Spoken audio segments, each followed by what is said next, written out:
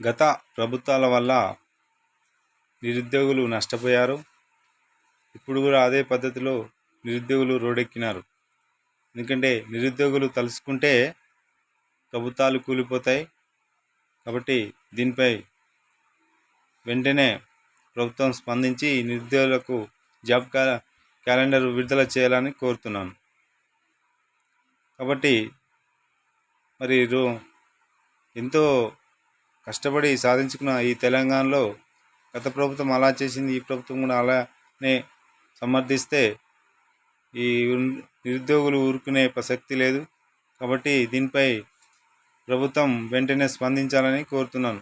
అదేవిధంగా ఇక్కడ గ్రూప్ 2 1:100 నిష్పత్తిలో సెలెక్ట్ చేయాలని, మరియు గ్రూప్ 2, గ్రూప్ 1, గ్రూప్ 3 మరి డిఎస్సి పోస్టులు పెంచాలని కోరుతున్నా.